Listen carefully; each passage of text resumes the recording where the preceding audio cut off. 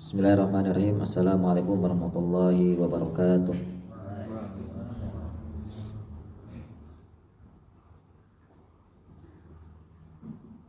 Alhamdulillah alladzi bi ni'matihi tatimmus shalihat. Asyhadu an la ilaha illallah wahdahu la syarikalah wa asyhadu anna Muhammadan abdullahi wa rasuluhu alladzi la nabiyya wa la rasula ba'dah. Teman-teman yang dimuliakan Allah Subhanahu wa taala, pentingnya belajar sejarah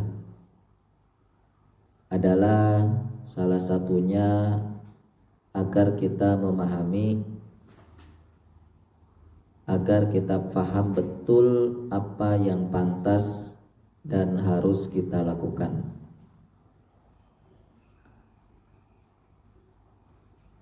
Sebagaimana layaknya sebuah peta atau GPS yang mana menjadi alat yang biasanya digunakan untuk memahami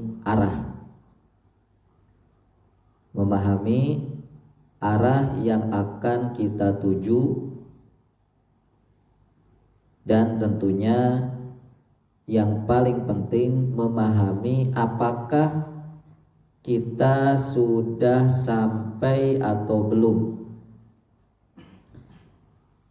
Memahami apakah kita sudah sampai atau belum ke tempat yang kita tuju.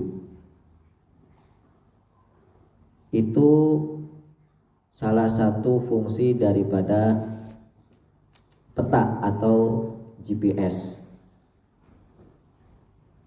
Dan itu tidak ada bedanya dengan kita belajar sejarah. Bahwa sejarah akan mengajari kita, atau kenapa kita penting banget belajar sejarah, karena sejarah akan mengajari kita arah, mengajari kita alur, mengajari kita jarak. Ya. Coba kalau ini namanya apa ya? Kalau di peta kan ada gini misalnya. Ya kayak gini. Ini titik-titik ini loh, titik-titik. Setelah sampai ke sini, lanjutnya ke sini. Setelah sampai ke sini, lanjutnya ke sini. Ini biasanya nama titik-titik ini apa? Kemudian ini lokasi gitu. Ini titik-titik ini namanya apa? Jalan namanya, bukan, maksudnya apa ya, istilah biasa yang kita dengar apa? Ini kan biasanya ada di peta gitu, peta entah itu lokasi pernikahan kan kayak gitu ya, itu bisa dibikin peta. Nah kayak gini, ini nanti ditunjukin biasanya ini ya titik-titiknya, bukan koordinat, ya titik-titik ini misalnya masjid Baitul Arqam misalnya kan, atau ini rumah makan apa misalnya, ini apa. Nah tempat pernikahannya di sini lokasinya. Nah titik-titik ini apa ya namanya? Ada istilah sendiri nggak? Kurang tahu ya. Adanya legenda, kalau legenda kan kalau dalam peta. Hah? Legenda dalam peta. Apa? Legenda bisa dalam peta. Legenda. Itu biasanya bukan ke itu sudah kayak misalnya di peta kalau ada segitiga, kalau itu tandanya apa, atau ada gambar pesawat gitu. Itu namanya legenda. Gitu. Rute ya, Rute maksudnya garisnya. Rute garisnya. Nah kalau titik-titik ini kayak kalau misalnya kita lah yang pernah daki gunung ya, pos mungkin lah ya, ya nggak apa-apa lah. Ini pos gitu, pos 1 gitu ya. Nah ini pos 2 gitu. Nah nanti lokasinya di sini, atau ini kalau misalnya kita daki maka ini puncaknya puncak. Nah, kayak gitu. Kan biasanya kalau seperti ini kita namakan ini kan peta. Nah, gitu ya. Nah, inilah fungsi kita belajar sejarah. Ya. Inilah fungsi kita belajar sejarah itu seperti itu. Coba deh direnungkan ya. Kenapa kita harus belajar sejarah? Untuk mudah memahami itu tidak ada bedanya seperti itu. Ya. Dimana ya sejarah akan mengajari kita arah. Tuh, arah gitu ke kanan, ke kiri, alur gitu ya. Jarak, ini jaraknya berapa mil lagi, jaraknya berapa kilo lagi, jaraknya berapa jauh lagi. Dari kita berada di tempat sampai ke lokasi, itu sejarah yang akan mengajari kita. Kemudian juga sejarah akan mengajari kita ini setelah ini kemana, ya. Kemudian setelah ini bagaimana, itu sejarah sebagai panduannya. Dan termasuk sejarah pun sebagaimana peta akan mengajari kita dan memahamkan kepada kita bahwa sebenarnya kita ini sudah sampai belum, kita ini sudah sampai atau belum ke tempat tujuan yang kita inginkan. Itu sejarah sebagaimana peta itu. Ya. Misalnya kemarin waktu Mas Gofur nikah gitu ya, buat peta gitu di kartu undangannya. Nah itu kalau yang bagi atau kalau yang belum tahu lokasi, termasuk saya waktu mau ke Purbalingga itu, saya harus lihat peta. Ini sudah sampai belum ke lokasinya Mas Gofur? Gitu peta juga. Saya sudah sampai belum? Kita sudah sampai belum ke titik yang kita tuju? Itu sejarah yang akan mengajarkan kepada kita, yang memahamkan kepada kita. Termasuk, dan ini juga tidak kalah penting kenapa kita belajar sejarah, kita ini berada di jalur, berada di alur, berada di jalur yang benar atau salah. Itulah yang diajarkan oleh sejarah. Kita berada di jalur yang benar atau salah, bagaimana kita bisa tahu? Ilmu sejarah yang akan menjadi panduan kita. Ya. Masyarul ikhwah rahimani wa rahimakumullah. Hari ini kayak kita coba aplikasikan ya, setelah coba saya buatkan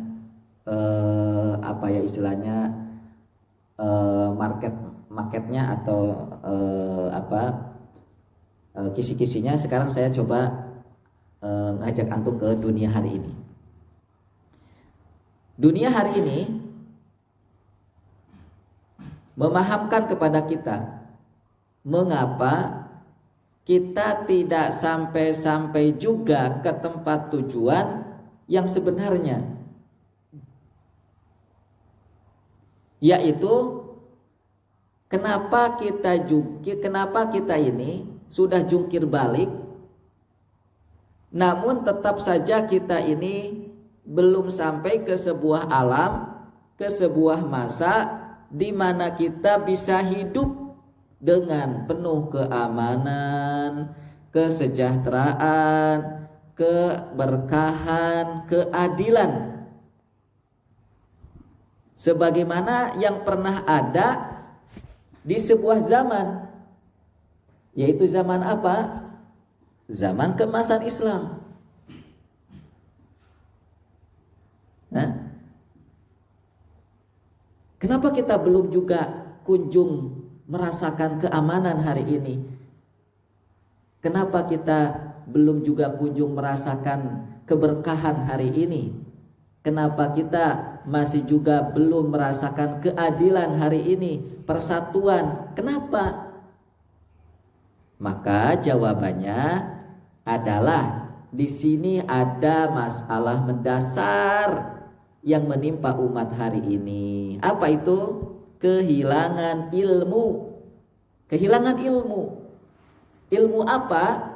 Ilmu yang memandu kita, ilmu yang memandu umat ini untuk mengantarkan sampai ke sana. Ilmu untuk mengantarkan umat sampai ke tujuan, sampai ke alam yang penuh keamanan tadi, kesejahteraan, keadilan, keberkahan. Kita hilang itu, ilmu itu.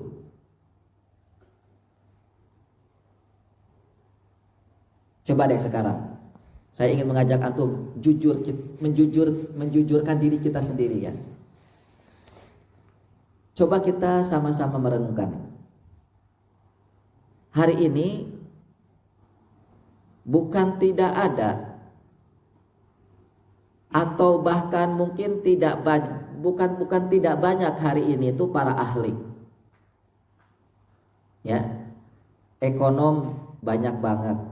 Negarawan, ahli negara banyak banget, politikus banyak banget, bisnismen tidak kalah banyaknya, ya. Ahli perang, ahli militer banyak sekali. Banyak ya para ahli hari ini. Termasuk atau tidak terkecuali dengan ahli-ahli agama. Orang yang berbicara akidah seolah-olah dia pakar akidah, banyak gak hari ini? Banyak. Orang yang berbicara setiap hari tentang Quran seolah-olah dia pakar Quran, banyak gak hari ini? Banyak. Bahkan orang yang setiap hari berbicara tentang fikih, bak seperti dia ini ahli fikih, banyak gak? Banyak ahli fikih hari ini. Bahkan ada sampai berani orang menyebut, saya pernah mendengar gitu ya, ada seorang ustadz pernah mampir di Baitul Arqam mengajarkan fikih. Ada salah satu jamaah Baitul Arqam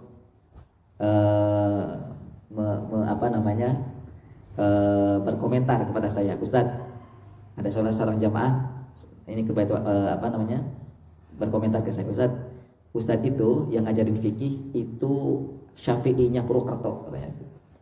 Wah hebat ya, Syafi'inya Purwokerto katanya. Saking ahlinya. Entah, saya belum kenal dekat sama beliau. Ya, tapi yang jelas ahli Syafi'inya Purwokerto itu pernah mampir ke Baitul Arqam. Ini salah menurut sebagian jamaah di sini. Nah, karena mungkin beliau sudah kenal dekat dengan ustadz itu. Oke lah, nggak masalah itu. Tapi yang saya ingin sampaikan di sini, ini menunjukkan tidak sedikit orang-orang yang dikatakan sebagai pakar fikih, ya. Termasuk juga orang yang ahli bahasa Arab, ya. Wah, cacecos, ya bahasa Arabnya. Kemudian juga baca kitabnya pinter banget. Kan banyak hari ini. Oke. Belum cukup di situ. Apakah hari ini dengan banyaknya pakar-pakar tadi, ya, bisa dan sudah mengantarkan umat Islam hari ini ke kondisi yang ideal sebagaimana yang pernah ada di zaman keemasan Islam? Sudahkah itu? Atau mengapa sudah banyak pakar yang sudah saya urutkan tadi, tapi kondisi umat kok masih seperti ini? Kondisi umat masih seperti ini, pecah belah, adu domba, ya, mengalami degradasi moral. Baru-baru ini saya melihat, ya Allah, ada anak SMP gerombolan beberapa orang sepasang, ya kan, saya lupa di Jawa Timur apa Jawa Tengah, yang jelas di Jawa, itu masuk ke sebuah ruangan yang ada kamar-kamarnya seperti apa ya namanya, ya rumah, seperti villa lah gitu ya. Ada kamar-kamarnya masing-masing, sepasang masih SMP coba, masing-masing tuh masuk ke ruangan mereka masing-masing, ke ruangan kamar-kamar masing-masing. Sebagian besar dari orang-orang ini perempuannya pakai jilbab, SMP. Ketahuan sama masyarakat di situ, digedor, dipaksa keluar. Uniknya ketika dipaksa keluar oleh masyarakat di situ, mereka nggak tahu malu. Mereka masih aja lengket antar pasangannya. Lengket antar pasangannya. Malah si perempuannya itu kan si laki-lakinya ditonjok sama tim pengamanan tadi itu. Ditonjok, mungkin ada sedikit luka. Begini, sayang coba. Apa enggak miris coba kita melihat sosok-sosok seperti itu tuh? Muslim, jilbaban. Kenapa situasi umat begini amat? Ya.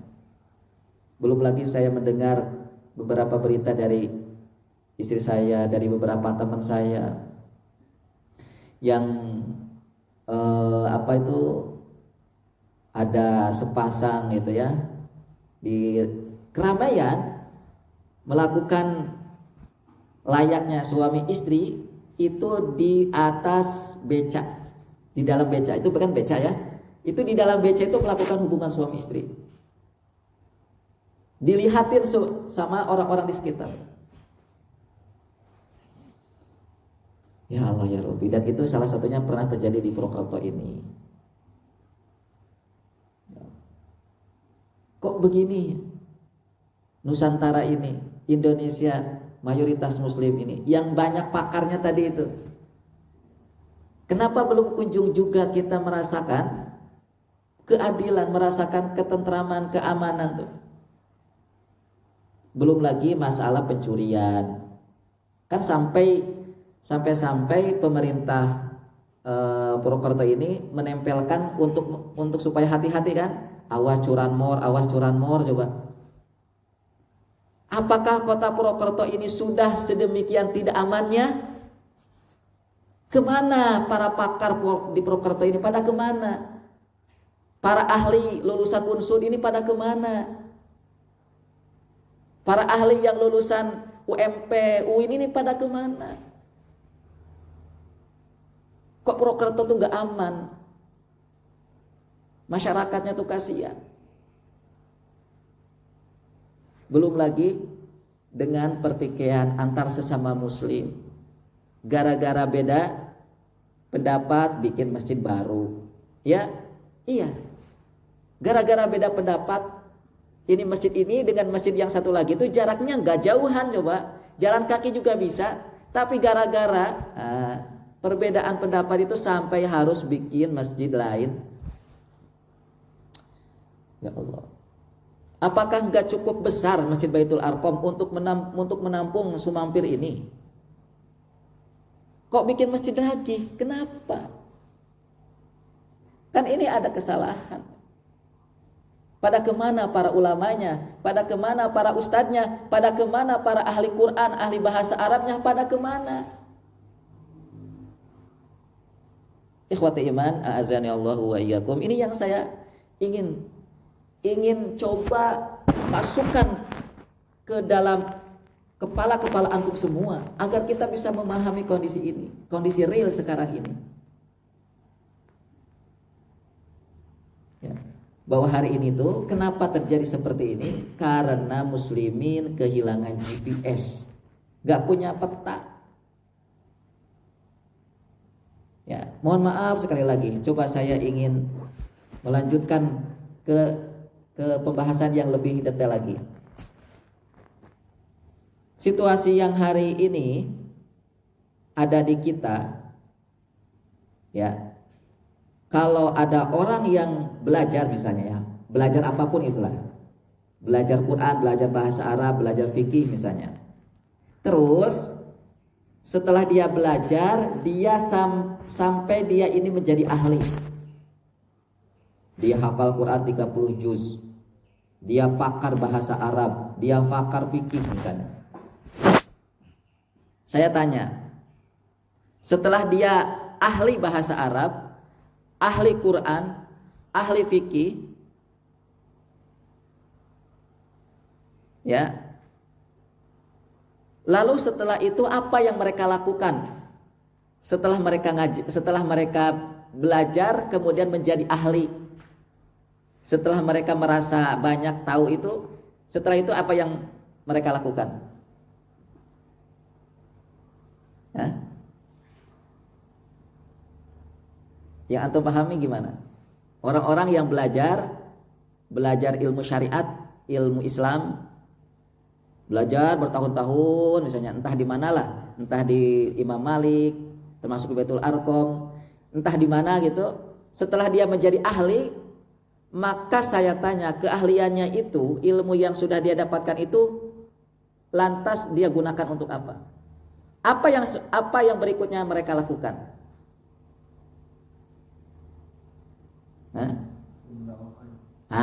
Mendakwahkan. Baik.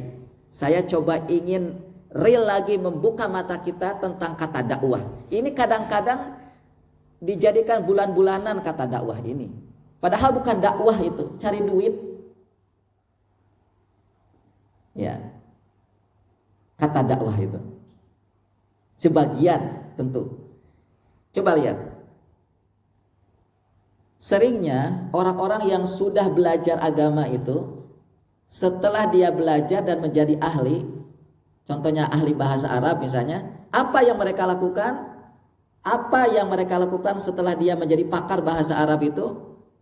Dia ngajar, kan? Ya. Otomatis dia ngajar di pesantren, dia mengajar misalnya di kampus itu. Setelah ngajar apa? Dapat gaji, kemudian nikah, oke, kemudian bisa menghidupi anak istri. Setelah itu selesai. Atau bisa naik haji dengan uang gaji hasil ngajarnya itu. Setelah itu apa lagi? Selesai. Dari hasil kepakaran dia belajar bahasa Arabnya itu. Ngajar, dapat uang kan, misalnya 1 bulan 5 juta kan. Lumayan tuh 5 juta. Ya kan? Cukup lah ya. Punya istri 1, anak 3. Insya Allah bisa hidup.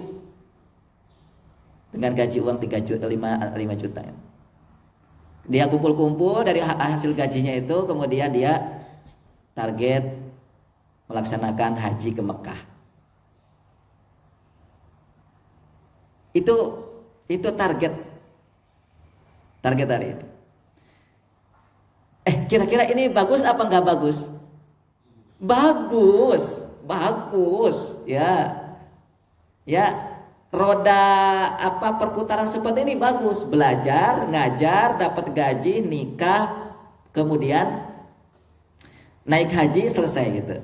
Ini seperti ini bagus apa enggak bagus? Bagus. Daripada nganggur ya kan? Daripada nganggur, mending ngajar dapat duit. Ya. Bagus.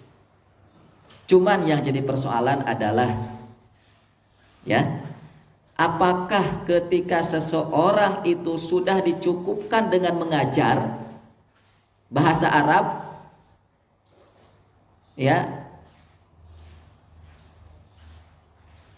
apakah itu sudah cukup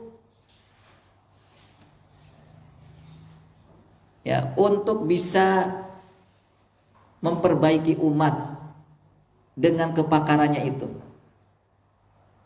Sudah cukupkah dengan dia ahli bahasa Arab itu dia bisa mempersatukan umat, membangkitkan umat? Cukupkah?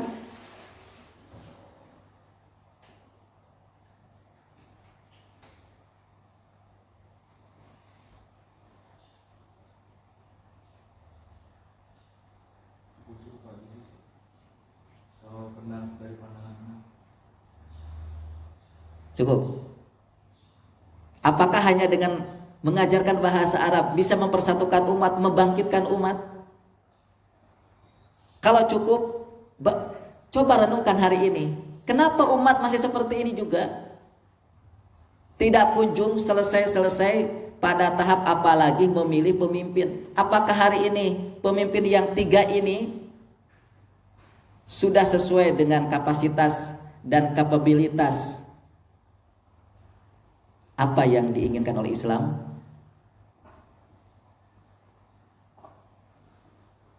Itu kan puncaknya kan itu. Kita mendapatkan pemimpin ideal yang bisa menggandeng kita, yang bisa membimbing kita, yang bisa mengantarkan kita ke surga. Coba tahun demi tahun, periode per periode gitu. Pemimpin mana yang pernah hadir di negeri ini, yang berhasil membuat negeri ini bebas dari segala macam penjajahan. Bukan hanya penjajahan dari Belanda, tapi segala macam penjajahan. Pemimpin mana? Melahirkan, apalagi kalau diukur dengan keamanan, kesejahteraan yang pernah lahir di masa kepemimpinan Umar bin Abdul Aziz misalnya. Jauh.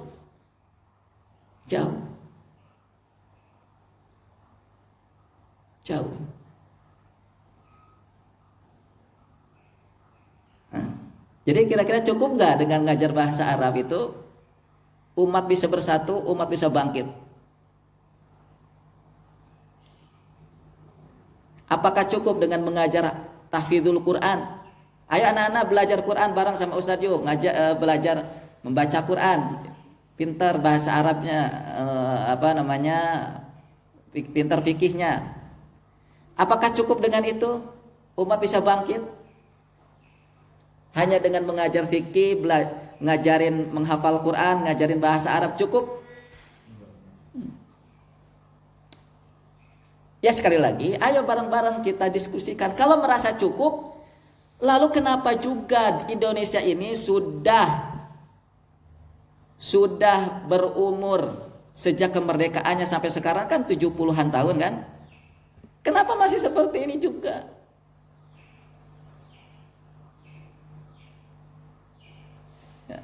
Ya tadi saya sampaikan, ada orang sampai nggak punya malu melakukan kemaksiatan. Aduh, kalau antum lihat, anehnya gitu, suka mampir aja di bukan di TikTok, saya nggak punya TikTok. Suka mampir aja di Instagram saya gitu, mampir gitu. Aduh ya Allah, mungkin ini salah satu cara dari Allah untuk memperlihatkan kepada saya ya tentang kondisi anak bangsa ini. Ada murid perempuan berjilbab, ya kan? Ini ada mampir di Instagram saya. Kemudian ya entah itu bercanda atau apa, kemudian si gurunya lagi memperbaiki pintu ya, Kemudian si gurunya ini ngasihkan alat untuk ngetok-ngetok. Itu tuh. Ngasihkan ke murid perempuannya tadi, jilbab SMA ini karena bajunya hitam abu-abu gitu. Ya kok hitam sih, putih abu-abu, dikasihkan. Kemudian si gurunya ini minta itu alat tadi itu, tapi yang dikasihkan oleh si perempuan, si murid tadi itu bukan alat tadi, apa namanya alatnya? Palu bukan, tapi tangannya dikasihkan, tangannya. Bersentuhanlah akhirnya. Bersentuhan antara murid perempuan SMA dengan gurunya itu. Coba kalau ini tidak ditindak maka bisakah perilaku ini mengantarkan kepada perzinahan? Bisa, kalau nggak ditindak. Tapi ini seperti itu tuh, ini sesuatu yang wajar hari ini. sesuatu yang masih dianggap wajar. Guru dengan murid lain jenis gitu, ya Allah. Saya kalau, mohon maaf sekali, saya kalau ke Tanjung ya, itu kan saya suka mampir di masjid gitu. Ini ya, saya tuh kalau umpamanya ini umum, apalagi Nasrani nggak masalah. Tapi dia ini mahasiswi di perguruan tinggi Islam, coba. Ngapain? Duduk dekatan banget, coba. Hampir nggak ada jarak. Ini mahasiswi, ini mahasiswa. Dekatan banget. Ngobrol. Antum coba, silahkan. Cobainlah. Tapi jangan ya. Mau nggak antum kalau kuliah seperti itu, deketan banget sama perempuan, hampir nggak ada jarak. Kalau mau silahkan kuliah di perguruan tinggi, bahkan Muslim di Purwokerto ini, antum bisa menikmati itu. Mau menikmati kayak gitu? Nah, kalau unsur sih nggak masalah karena bukan instansi Islam, tapi ini lembaga tinggi Islam. Perguruan tinggi Islam, mampir di masjid yang saya sholat di situ. Kalau anak-anak kutab itu ketika usia sudah nyampe konuni, anak-anak kutab ini usia sudah sampai konuni atau kira-kira kelas 4 SD, kalau di luar itu sudah dipisah kelasnya kalau di kutab tuh. Kalau di kutab itu, kutab awal 1, kutab awal 2, kutab awal 3 itu anak-anak masih sama-sama, walaupun bangkunya itu depan belakang. Depan ikhwan, belakang akhwat. Itu kalau di kutab. Tetapi kalau anak-anak kutab sudah mau masuk usia 4 tahun, ya, kok 4 tahun. Kalau di luar 4 SD, itu sudah dipisah dan beda guru. Beda guru. Kalau sudah kononi 4 itu tadi kira-kira kelas 4 atau 5 SD. Itu ruangannya misah, apa ini namanya? Kelasnya misah, gurunya juga misah atau gurunya juga lain. Kalau untuk ruangan yang itu khusus perempuan, akhwat, maka gurunya juga akhwat. Kalau ruangannya itu adalah khusus untuk siswa atau ikhwan, maka gurunya juga ikhwan. Itu sejak kecil di kutab sudah disadarkan perbedaan antar lawan jenis, sudah disadarkan dalam hal. Tapi di perguruan tinggi Islam, coba saya pikir-pikir gitu ya. Mereka ini sebenarnya di perguruan tinggi Islam tuh mereka belajar apa sih? Kok sampai nggak tahu batasan gitu? Walaupun mungkin nggak bersentuhan, nggak tahu sih ya di ininya. Tapi jalan bareng nggak cukup itu. Saya coba lihat gitu ya. Ini perempuan, ini laki-laki itu jarang jalan bareng, kemudian bercanda bareng, coba. Bercanda bareng. Ini perempuan, ini laki-laki di tengah, saya sih di belakang gitu, habis sholat masalahnya, mau pulang gitu, mau lari juga kan, ini nggak ada celah di situ. Laki-laki di tengah, ini perempuan di sisi kiri dan sisi kanan. Wah, parah itu. Untungnya nggak saling pelukan gitu, jijik ya gini. Perguruan tinggi Islam, coba. Apa mau antum masih masuk ke negeri itu, ke sekolah kayak gitu? Kalau masih mau, silahkan. Hancur-hancurlah kalian. Masalahnya gini teman-teman, kalau seperti itu tidak disadarkan, mungkinkah perilaku seperti itu akan menjurus ke perzinahan? Mungkin apa mungkin? Mungkin. Sekarang aja jangankan kayak gitu. Ada seorang ikhwan ahli bahasa Arab, ahli Quran, dia tahfidz Quran 30 juz. Ada seorang ikhwan juga tidak kalah sama, dia ahli bahasa Arab, dia ahli Quran 30 juz. Ceritanya ikhwan akhwat ini baru pulang dari sebuah daurah. Pulang dari daurah itu, entah gimana ceritanya, kemudian mereka berdua janjian. Setelah janjian di sebuah tempat, berdua bukan muhrim, berzina. Wa iyadzubillah. Bayangkan. Padahal mereka kedua-duanya sudah ngerti agama, pakar bahasa Arab, hafal 30 juz. Ini yang menceritakan seorang ustadz kepada kepada saya. Walaupun secara tidak langsung ya, saya mendengarkan kisah beliau sendiri. Si ikhwan atau nggak tahu akhwat atau ikhwan, pokoknya cerita kepada ustadz tadi. Kalau antum tahu ustadznya ya, ustadznya itu namanya Ustadz Burhan Sodik, kenal? Dari Solo beliau. Ustadz Burhan Sodik itu. Beliau pakar ahli percintaan. Nah, itu anak-anak muda. Ya, jadi beliau ini kalau dakwahnya itu lebih cenderung ke anak-anak muda. Ya, memutus tali pacaran. Hampir mirip gaya-gayanya seperti Ustadz Felix gitulah. Nah, ada ikhwan, saya lupa ikhwan atau akhwat, curhat sama beliau, tapi lewat nggak tahu SMS atau surat lah, begitu. Menceritakan peristiwa itu, ingin ceritanya taubat dan sebagainya gitu. Maka mungkin disampaikanlah nasihat atau apa oleh Ustadz Burhan itu. Maka Ustadz Burhan Sodik meminta izin sama si akhwat tadi itu, kalau nggak salah akhwat tadi meminta izin, "Ukhti, boleh nggak saya menceritakan kondisi kalian berdua ke umat agar menjadi pelajaran?" Kata si akhwat ini, boleh. Diceritakan, dan akhirnya saya tahu, dan akhirnya antum tahu dari saya. Ini sanadnya. Ya. Tuh gitu teman-teman. Kata Ustadz Burhan Sodik begitu, di sebuah perguruan tinggi Islam bahasa Arab di Jakarta, entah apa itu namanya, mungkin juga antum tahu. Ya. Telah terjadi peristiwa besar itu. Ada 2 pasang ikhwan akhwat, ya, bercadar coba.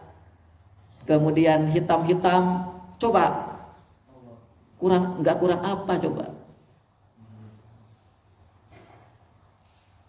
Maka saya coba tanyakan lagi kepada antum, apakah bisa apakah bisa aman dari perzinahan kalau mahasiswa-mahasiswinya seperti saya sebutkan tadi, laki-laki perempuan gitu, bercampur baur. Kalau istilah Arab, kalau istilah syariatnya itu apa namanya? Kholwat, bercampur gitu. Atau tabarruj. Gak ada pemisah, gak ada rasa malu laki-laki sama perempuan, cekakak cekikik. Coba di masjid lagi adzan, coba perguruan tinggi Islam, la haula wala quwata illa billah. Anehnya lagi, masih banyak muslimin, mahasiswa masuk ke situ. Mau nyari apa di situ? Ya Allah. Mudah-mudahan antum sadar ya. Ya, kalau nggak sadar juga ya saya tawakal Allah. Ya. Jadi teman-teman yang dirahmati Allah, memang betul di Baitul Arqam ini nggak ada guru yang pakar di sini. Memang betul di sini banyak kekurangannya. Kalau ada orang yang lagi-lagi nanya, "Ustaz, di Baitul Arqam ada bimbingan bahasa Arabnya?" Enggak. Saya bilang enggak ada, atau belum ada, atau saya bilang belum saatnya. Saya langsung sampaikan. Intinya, kami mendirikan, atau saya khususnya sendiri mendirikan lembaga Baitul Arqam ini bukan hanya sekedar memperbanyak-banyakan ilmu bahasa Arab, bukan hanya sekedar memperbanyak-banyakan hafalan Quran, hafalan hadis, bukan. Tapi tujuan besar saya adalah membangunkan umat dari kelalaiannya terhadap visi besar hidup. Itu tugas saya. Tapi kok malah antum keluar satu persatu, termasuk hari ini katanya mau keluar.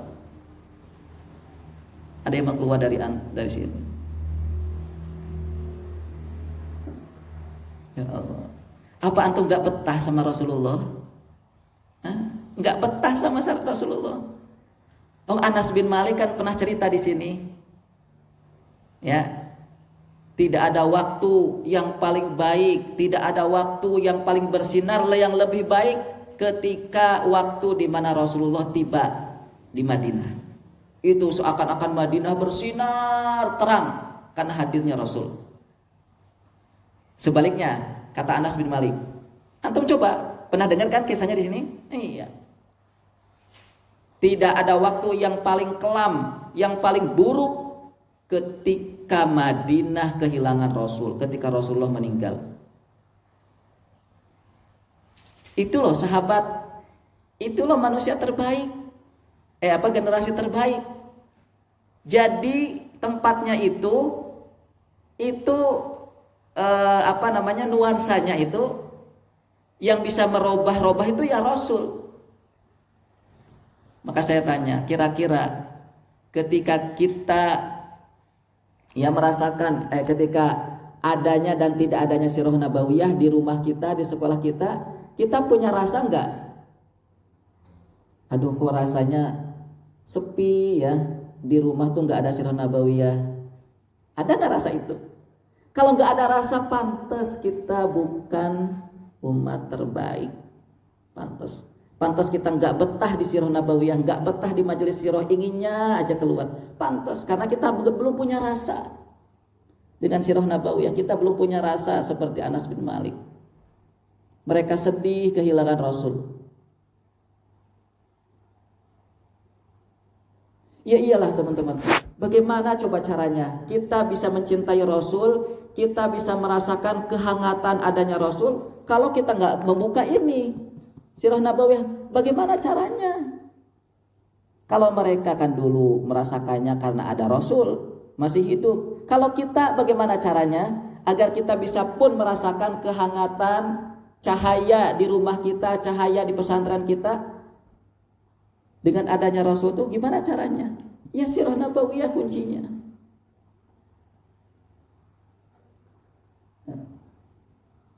Sirah nabawiyah kuncinya.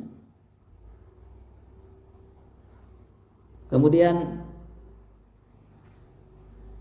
ini sekaligus juga membahas tentang keunikan rumah tangga Nabi. Salah satu keunikan rumah tangga Nabi, keunikan dan keistimewaan rumah tangga Nabi ini teman-teman, rumah tangga Nabi ini dibangun di dua alam yang berbeda. Satu alam apa? Rumah tangga Nabi ini dibangun di dua masa, di dua alam, di dua zaman. Di dua yang berbeda. Kira-kira yang pertama alam apa? Zaman jahiliyah. Rasulullah itu rumah tangganya itu pernah mengalami masa jahiliyah, yaitu ketika Rasul menikah membangun rumah tangga bersama siapa?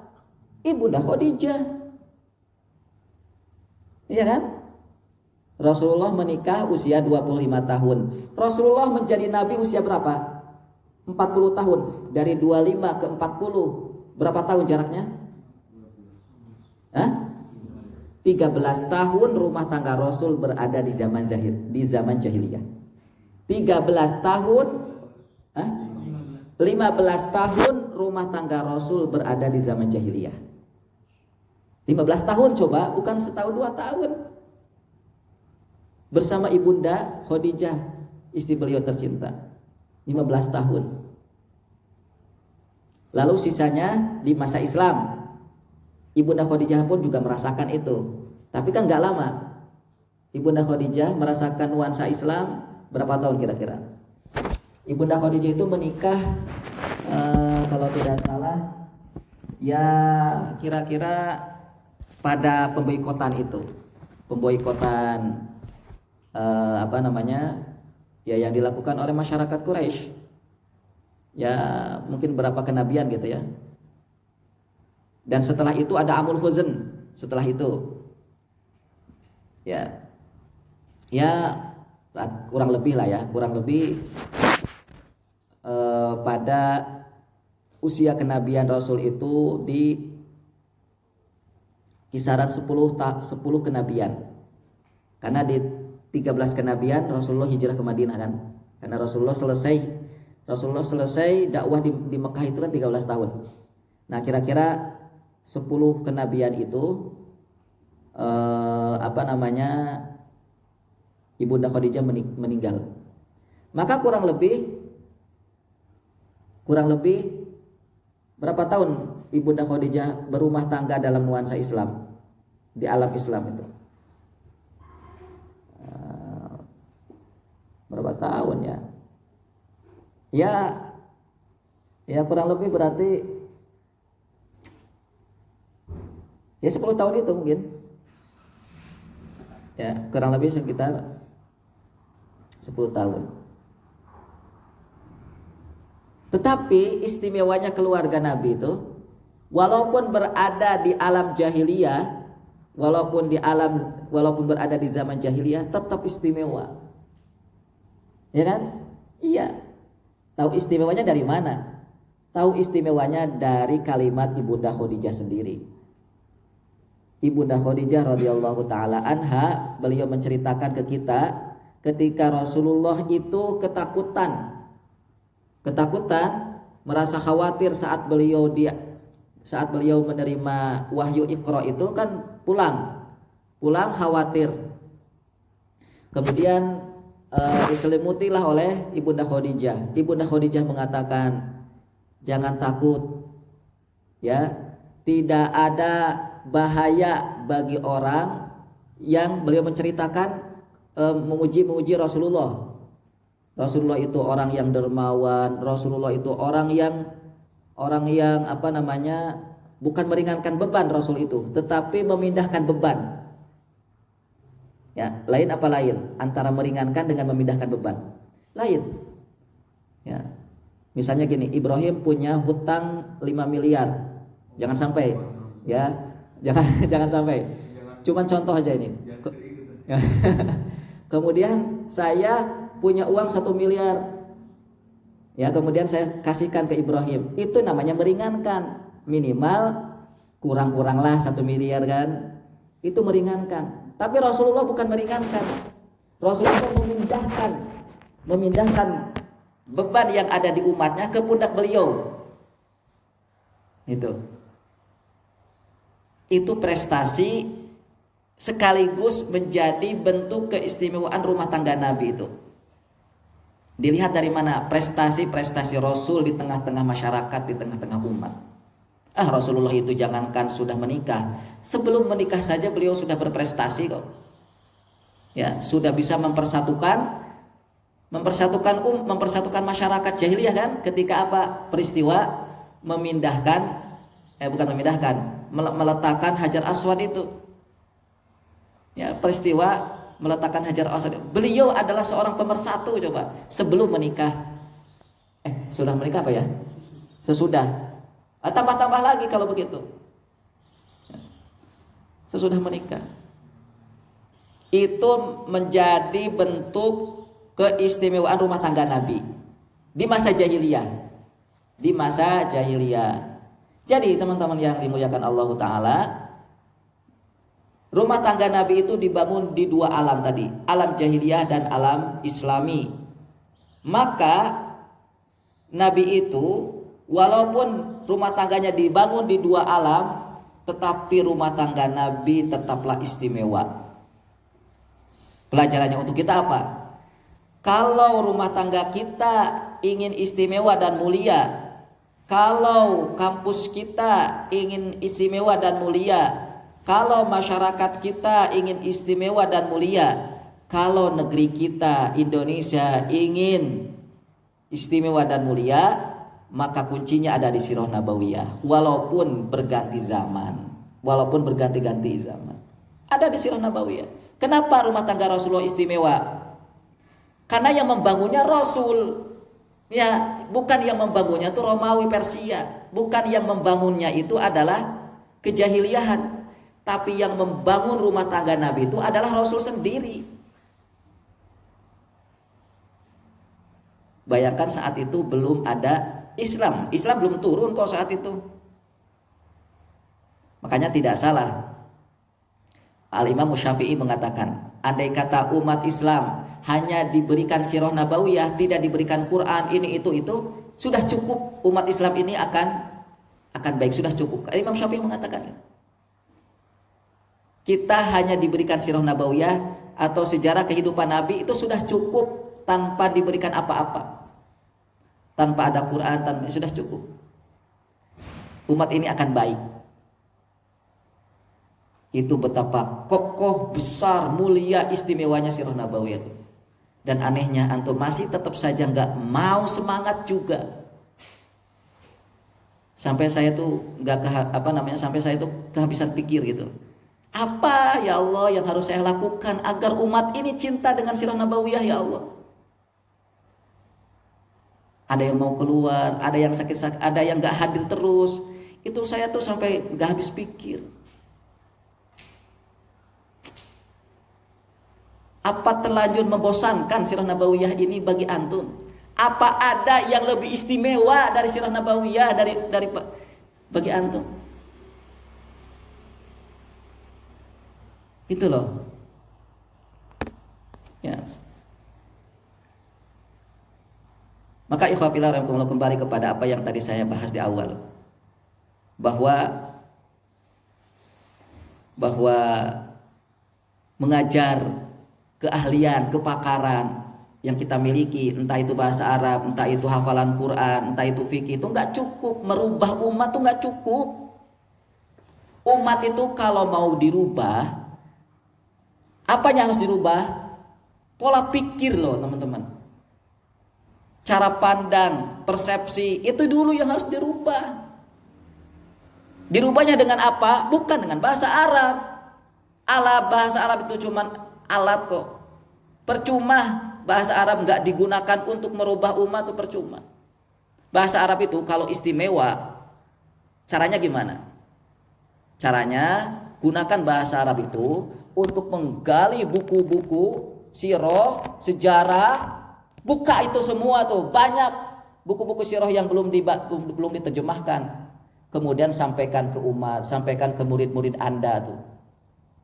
Sampaikan ke teman-teman Anda, sampaikan ke mahasiswa. Barulah itu akan berubah. Kalau punya kepakaran bahasa Arab, ya kan?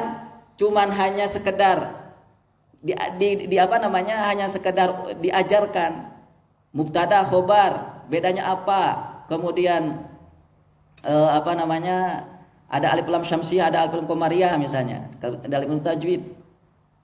Enggak berubah, umat enggak akan berubah kalau gitu caranya ngajarin bahasa Arab. Kenapa? Karena saya sudah lama atau sudah merasakan ya belajar bahasa Arab. Saya belajar bahasa Arab dari SMP, saya belajar bahasa Arab masuk ke SMA, saya belajar bahasa Arab ketika saya kuliah. Gitu-gitu aja kok ngajar. Ya. Hanya diajarkan ana antum antum, anti antum antuna ana. Lumayan lah, bagus kan, daripada nggak tahu, daripada nganggur tadi saya bilang. Tapi nggak begitu. Itu sih masih lumayan ya kan. Daripada ini ada orang nih belajar bahasa Arab, niatnya apa? Niatnya untuk supaya tidak dikalahkan oleh lawan debatnya, coba. Saya biar nggak kalah debat, mending saya belajar bahasa Arab, kemudian saya belajar fikih, kemudian saya lawan debat, gitu. Wah itu jauh lebih dosa itu, kayak gitu. Ya, kepakaran ilmu digunakan untuk membantai sesama muslim, bukan mempererat, mempersatukan. Wallahil azim, dosa antum kalau begitu caranya.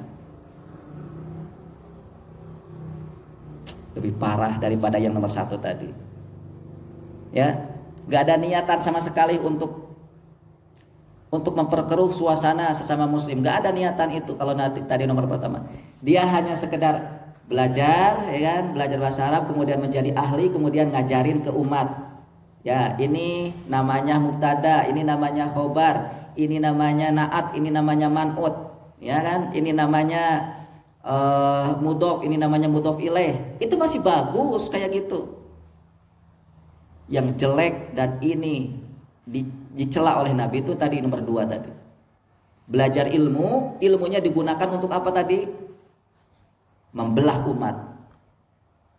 Ya, saling sikut kanan, sikut kiri. Merasa aing lebih pintar, cek bahasa Sundanya. Merasa saya lebih pintar. Nah, wa iyadzubillah, jangan sampai alumni Baitul Arqam seperti itu.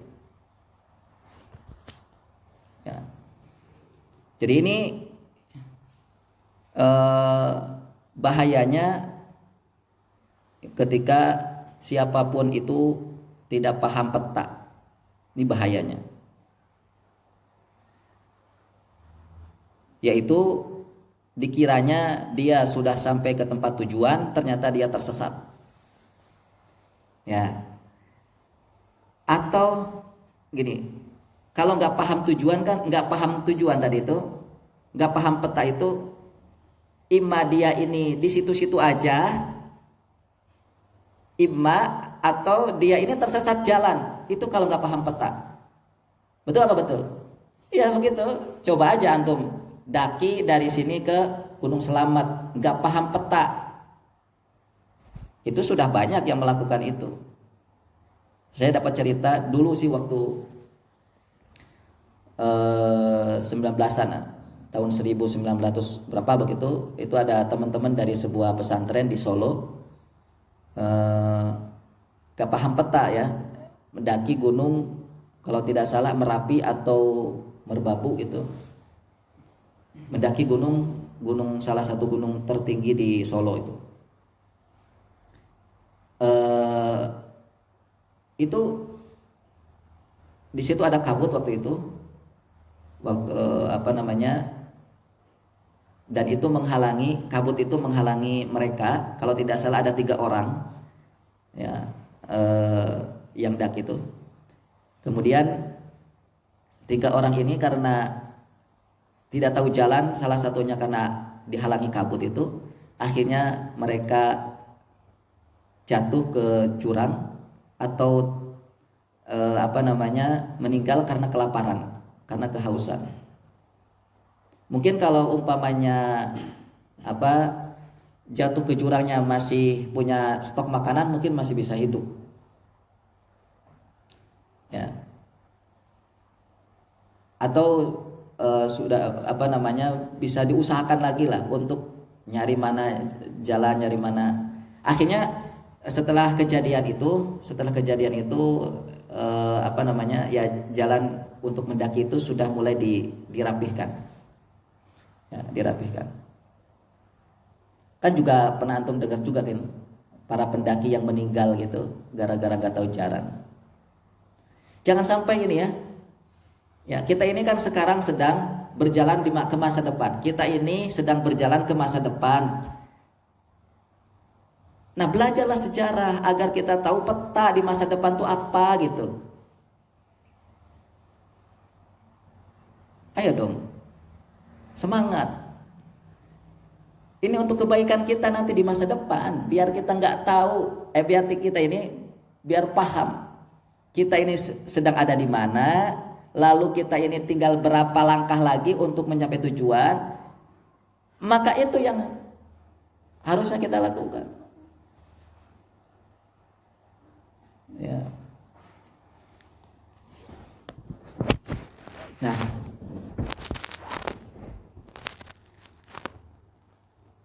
ini diawali dari memang sekali lagi guru ya. Makanya dari situ saya waktu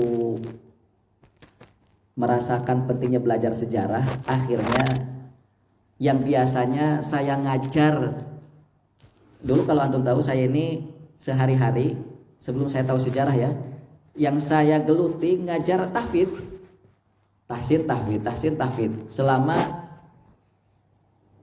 kalau tidak salah 7 tahun, hampir 7 tahun. tahsin tahfidz. Lalu setelah saya disadarkan oleh Ustadz Budi hafizahullah taala, disadarkan oleh beliau tentang pentingnya sejarah, akhirnya saya tuh bergeser dari rutinitas saya mengajar tahfidz dan mengajar tahsin. Maka rutinitas saya saat itu bukan dimulai dari sini sebenarnya, dari Baitul Arqam. Dulu saya memulainya waktu masih di Garut. Ya. Dari situ saya mulai merubah aktivitas rutinan saya, yaitu saya mulai menggeluti belajar sirah dan mengajarkan sirah. Gitu. Dan saya memperkecil atau mengurangi jadwal saya jadwal ngajar tahfidz tadi, nyimak hafalan, mengajarkan tahsin, itu saya mengurangi jadwal itu. Tapi saat itu karena belum ada yang bisa mewakilkan keahlian tahsinnya, karena saat itu baru saya yang bisa mengajar tahsin, akhirnya ya mau gak mau saya lagi. Maka di sini pun juga begitu, ya belum ada yang bisa, dan sulit memang. Ya gimana coba, ya sudahlah. Makanya setelah Allah yang saya harapkan, lalu berikutnya saya bukan mengharapkan antum, tapi saya menyampaikan, kira-kira antum bisa nggak bantu saya gitu. Ya, tetap harapan satu-satunya hanya sama Allah. Makanya kalau harapan saya jatuh sama antum, maka saya akan selalu sakit hati. Betulan.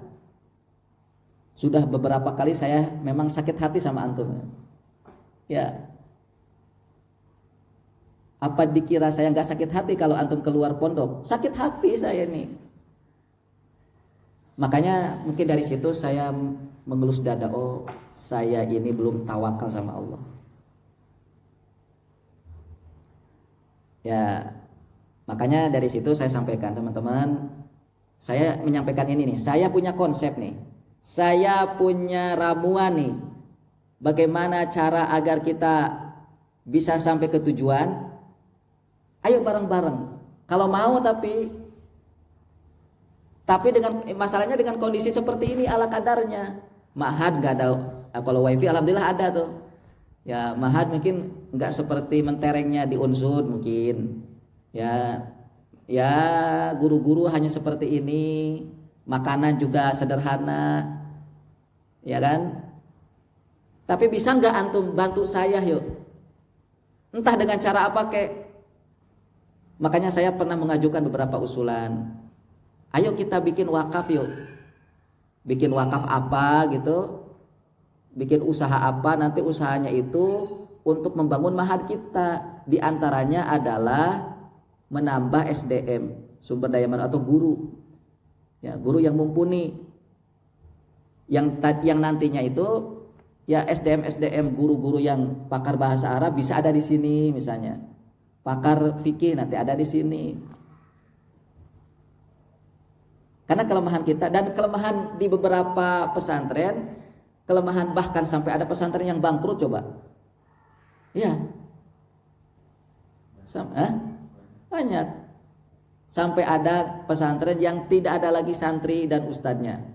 Kenapa? Karena kelemahannya di sini. Wakaf.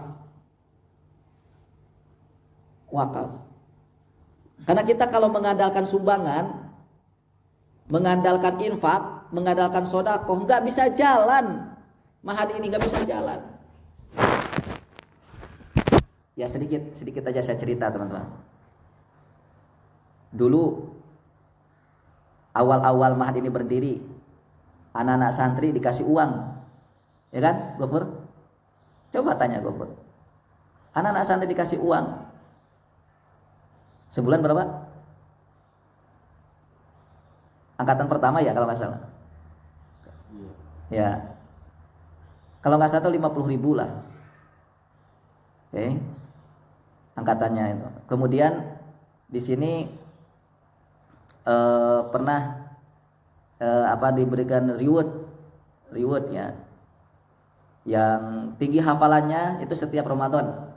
Jadi akhir Ramadan itu kan ada ujian tuh ya, akhir Ramadan ada ujian, kemudian malam Idul Fitri atau malam takbiran itu ditanya sama jamaah, Maha Santri Baitul Arqam siapa yang paling tinggi hafalannya, dikasih duit lumayan tuh, berapa juta, ada 1 juta nggak? Ada, Masya Allah gitu. Ya uniknya nggak ngasih tahu saya gitu. Kalau antum dikasih uang, cuma dikasih uang coba,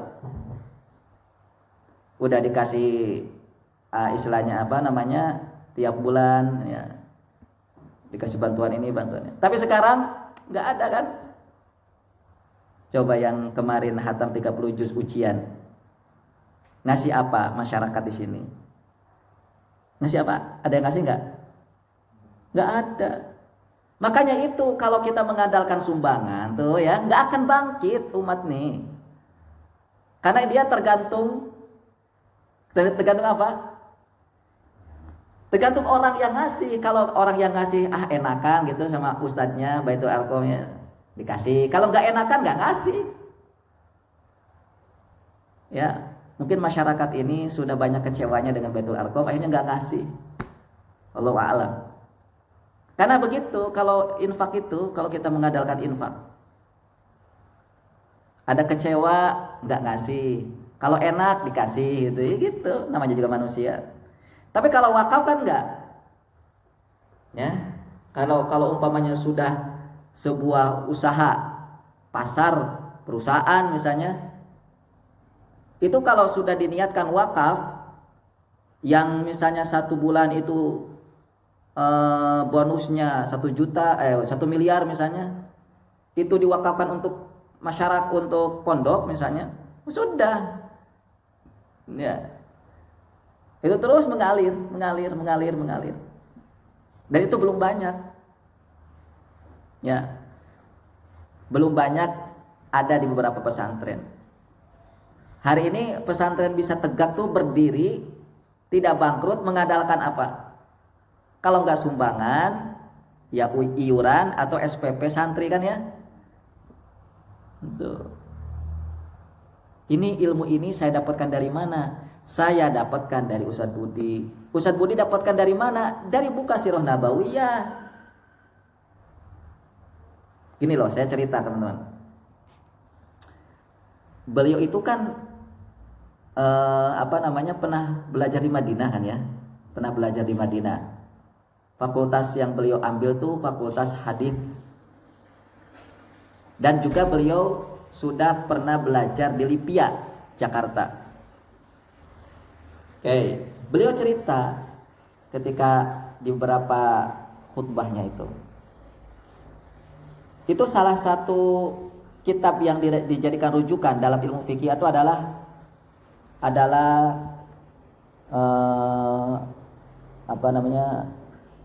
Subulus Salam atau apa gitu, kitab fikih itu. Saya pernah lihat sendiri bukunya. Itu bukunya, buku fikih itu,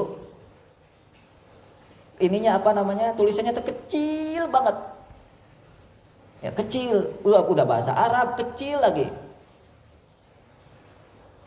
Dan itu kata beliau ya, itu dapat dipastikan banyak ilmu yang dilewat. Dan beliau cerita sendiri, salah satu ilmu yang sering dilewat adalah ilmu wakaf, ilmu fikih yang sering dilewat. Kalau ilmu haji ya nggak mungkin, karena biasanya judulnya tebel.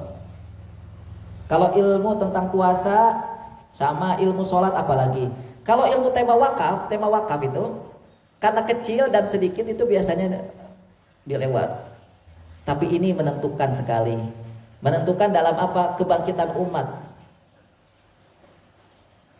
Ya. Emangnya masyarakat muslim dahulu di Indonesia itu mampu melawan Belanda penjajah yang dilakukan oleh para pejuang? Dari mana di antara bisa usaha apa namanya, ya senjatanya dan sebagainya itu. Ya diantaranya dari wakaf.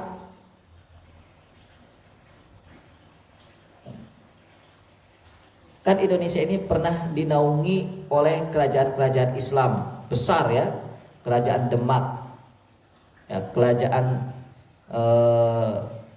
apa namanya, nah, salah satunya kerajaan Demak. Kerajaan Demak ini pernah punya tanah wakaf memanjang katanya, Demak, Jepara, kemudian sampai ke kota mana tuh, panjang sekali itu. Ada tanah itu hasil wakaf, itu tanah wakaf. Ya, Demak, Jepara, Kudus kalau tidak salah, tiga kota itu. Tapi setelah datangnya Belanda, itu kota, tanah-tanahnya itu dibelah-belah sama mereka, sama Belanda, yang dulu hasil wakaf gitu. Nah, jadi wakaf itu penegak peradaban Islam di mana-mana, termasuk di Indonesia. Bahkan kalau antum tahu juga bagaimana berjayanya sebuah perguruan tinggi Islam, perguruan tinggi di Amerika itu, apa namanya ya, Oxford atau apa gitu. Itu hampir mirip dengan metode wakaf itu. Dengan metode wakaf. Kampusnya, tanahnya itu. Nah, gitulah teman-teman kalau antum cinta dengan sejarah. Antum itu kalau cinta dengan sejarah, nonton video apapun itu pasti akan jadi rujukannya itu adalah sejarah. Ya terus terang, saya pernah nonton kondisi teman-teman atau kondisi masyarakat di Jepang. Ya alhamdulillah kan sekarang YouTuber masyarakat Indonesia kan sudah banyak, hampir di beberapa negara kan. Di Jepang ada, di Inggris ada, di mana-mana ada.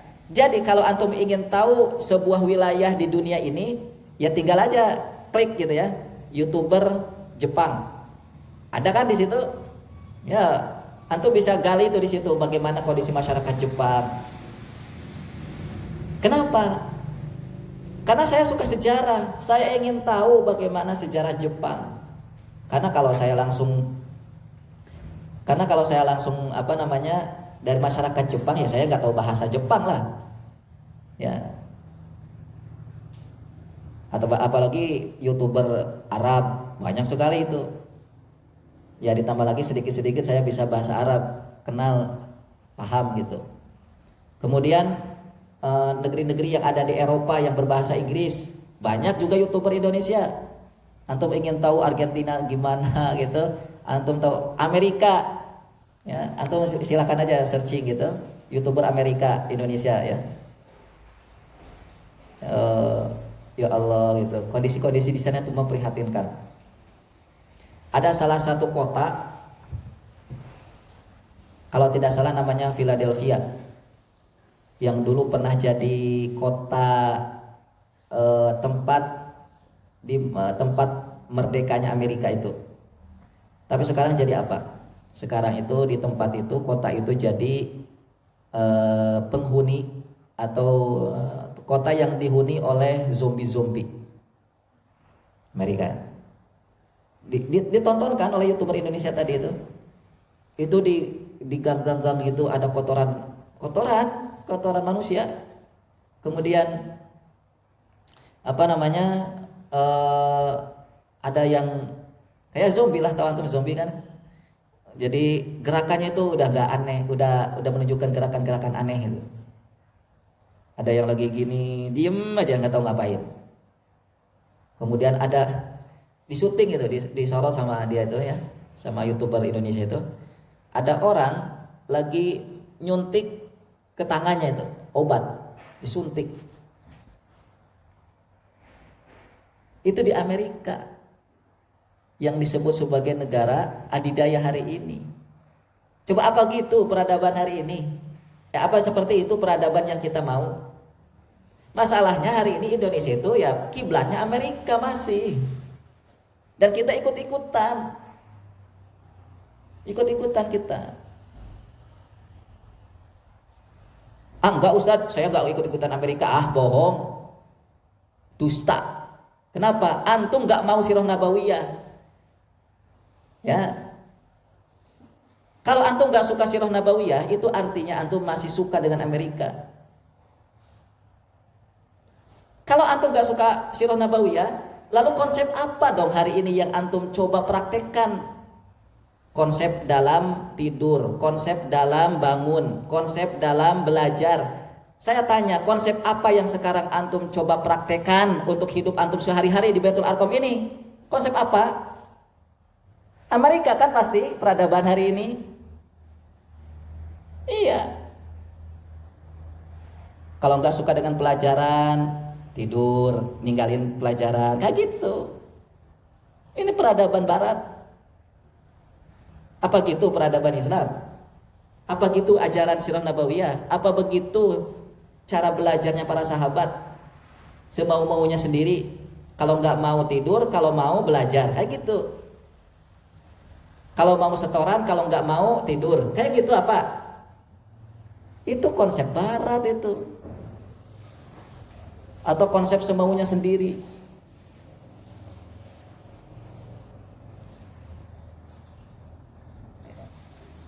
Jadi gitu teman-teman.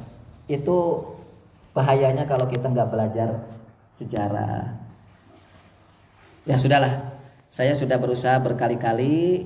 Ini mungkin nggak tahu yang kesekian kali, nggak tahu yang keberapa kalinya saya menyampaikan kepada antum tentang pentingnya belajar sejarah. Kalau antum juga masih tetap kekeh mau keluar juga dari Baitul Arqam, ya saya berdoa sama Allah. Semoga antum diberikan Allah jalan terbaik. Tapi sulit. Karena bagi saya tetap ya, dimanapun itu, kalau antum ingin bangkit, antum harus bersentuhan dengan sejarah. Antum kalau ingin bangkit, nggak cukup belajar bahasa Arab. Tadi saya bilang, nggak cukup tahfidz saja. Kalau antum teruskan itu, silahkan. Tetapi yakinlah ketika antum nanti jadi pakar bahasa Arab, antum jadi pakar fikih, antum jadi pakar yang lainnya, antum nggak akan bisa membangkitkan umat. Wallahi nggak akan bisa membangkitkan umat. Malah bisa jadi antum menjadi sumber perpecahan. Antum nih ahli ilmunya,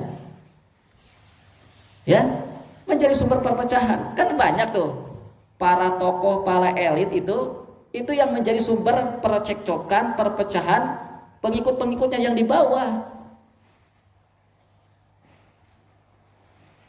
Karena apa? Karena mereka nggak tahu ilmu mahal ini.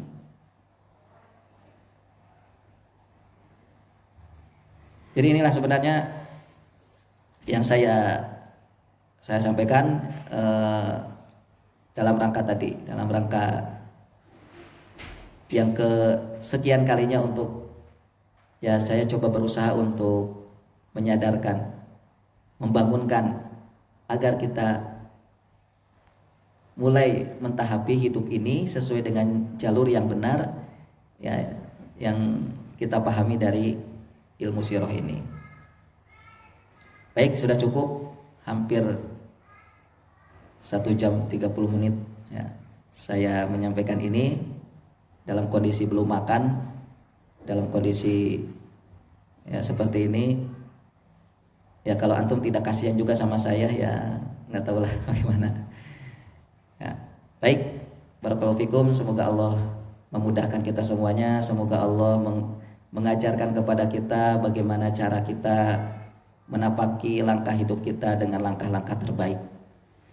Itu saja sih, ya. Baik, ada beberapa menit yang ingin menyampaikan sirahnya, kami persilakan.